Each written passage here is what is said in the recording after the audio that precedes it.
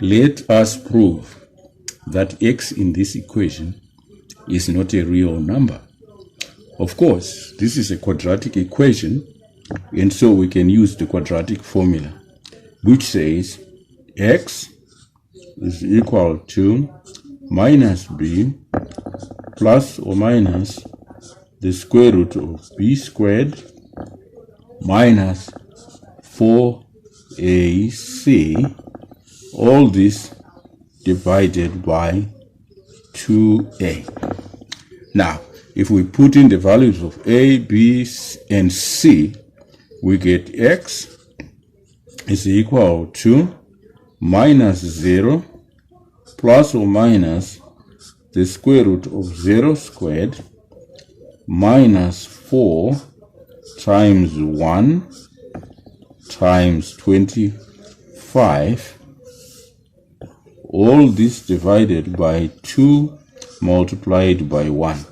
Remember, our b is 0, which is the coefficient of x. There's no coefficient of x. There's only coefficient of x squared, which is 1, which is our a. And our c, which is the constant, is 25. So we end up with this here. Simplifying this expression, we get plus or minus the square root of minus 4 times 1 times 25, all this divided by 2. Now 4 times 25, of course, is 100. So we have this is equal to plus or minus the square root of minus 100 divided by 2. This can be written as plus or minus the square root of 100 multiplied by the square root of minus 1 divided by 2. Because remember, 100 is 100 times 1. So we can put the minus sign on the 1. Now, let's further simplify this.